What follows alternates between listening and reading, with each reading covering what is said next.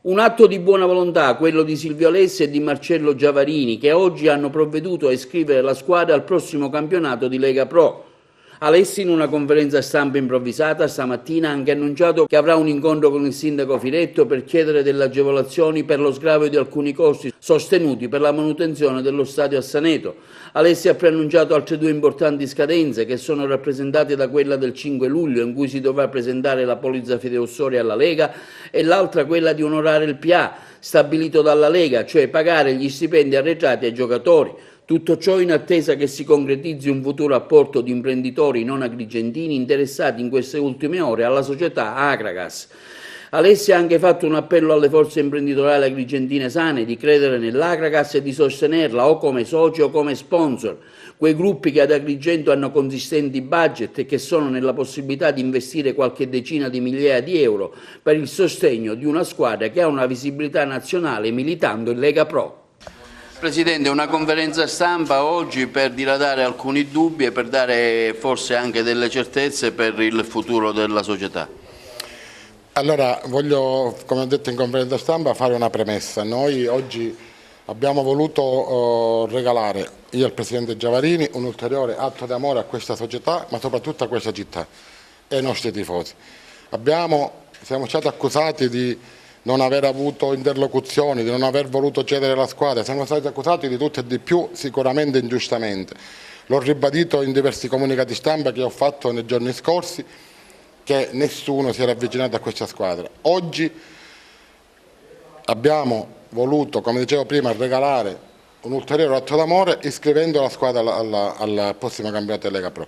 Ma è chiaro che è un'iscrizione che abbiamo voluto fare subordinata a quelle che sono state negli ultimi 2 giorni le interlocuzioni con alcune persone che ci hanno promesso la possibilità di ulteriori ingressi in società che andrebbero a rilevare il 35% dei soci di minoranza che attualmente sono soci ma non hanno più fatto parte attiva della società, ma soprattutto che arriveranno delle sponsorizzazioni nuove che ci possano supportare dal punto di vista economico.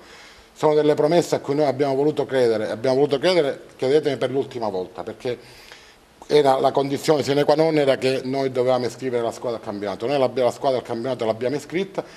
Io domani chiederò un incontro con il sindaco di Agrigento a cui dirò che abbiamo mantenuto le promesse dell'iscrizione. Oggi dobbiamo essere tutti uniti, tutti insieme, perché dobbiamo portare avanti questa squadra, perché oltre all'iscrizione del giorno 30 ci sono ulteriori 2 step, il giorno 5 di luglio e il giorno 7 di luglio, ci sono ulteriori 2 step che devono servire a completare il discorso dell'iscrizione. Quindi per completare questo discorso dell'iscrizione noi abbiamo bisogno di linfa economica nuova, abbiamo bisogno che le promesse fatte vengano mantenute e per l'ultima volta, vogliamo credere che queste promesse vengano mantenute.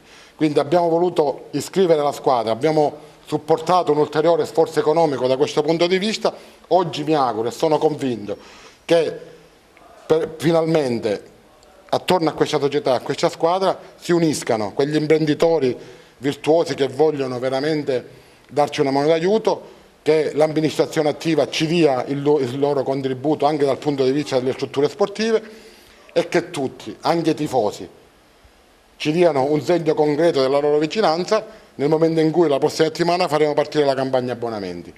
Questo è quello che noi abbiamo voluto fare oggi e che voglio dire a tutta la città di Agrigento e a tutti quelli che sono preposti nei posti di responsabilità.